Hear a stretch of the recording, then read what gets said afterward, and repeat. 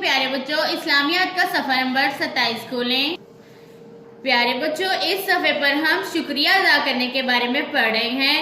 پیارے بچوں جب بھی ہماری کوئی مدد کرتا ہے، ہمیں تحفہ دیتا ہے یا ہمیں اچھی بات بتاتا ہے، ہمیں اس کا شکریہ ادا کرنا چاہیے، اور شکریہ ادا کرنے کے اچھے الفاظ ہیں جزاک اللہ۔ پیارے بچوں کل ہم نے پڑھے تھے سوال نمبر 1 تا سوال نمبر 3، آج ہم پڑھیں گے سوال نمبر 4 تا سوال نمبر 6۔ آج کا سبق پڑھنے سے پہلے ہم پچھلے سبق کی دہرائی کر لیتے ہیں۔ سوال نمبر 1، جب بھی ہماری کوئی مدد کرے تو ہمیں کیا کرنا چاہیے؟ جواب، ہمیں اس کا شکریہ ادا کرنا چاہیے۔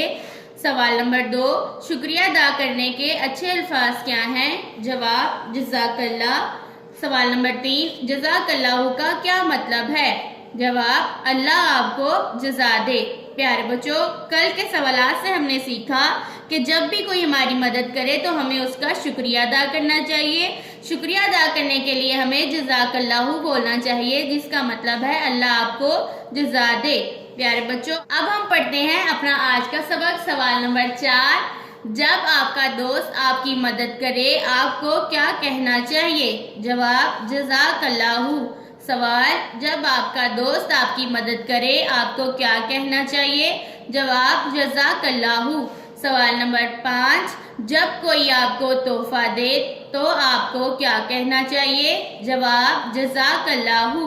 سوال، جب کوئی آپ کو تحفہ دے تو آپ کو کیا کہنا چاہیے؟ جواب، جزاک اللہ۔ سوال نمبر 6، اگر کوئی آپ کو اچھی بات بتائے تو آپ کو کیا کہنا چاہیے؟ جواب، جزاک اللہ۔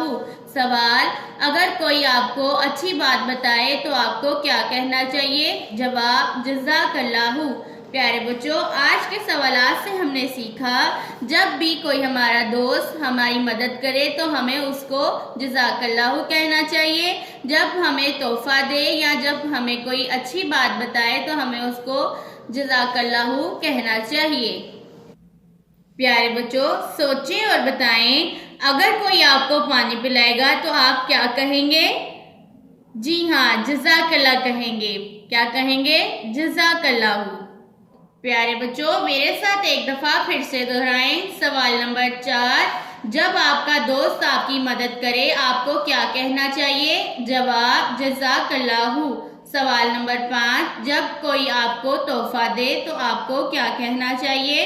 جواب، جزاک اللہ۔ سوال نمبر 6، اگر کوئی آپ کو اچھی بات بتائے تو آپ کو کیا کہنا چاہیے؟ جزاک اللہ۔ پیارے بچوں اس سبق کو بار بار دہرائیں تاکہ آپ کو اچھے سے یاد ہو جائے۔ اللہ حافظ۔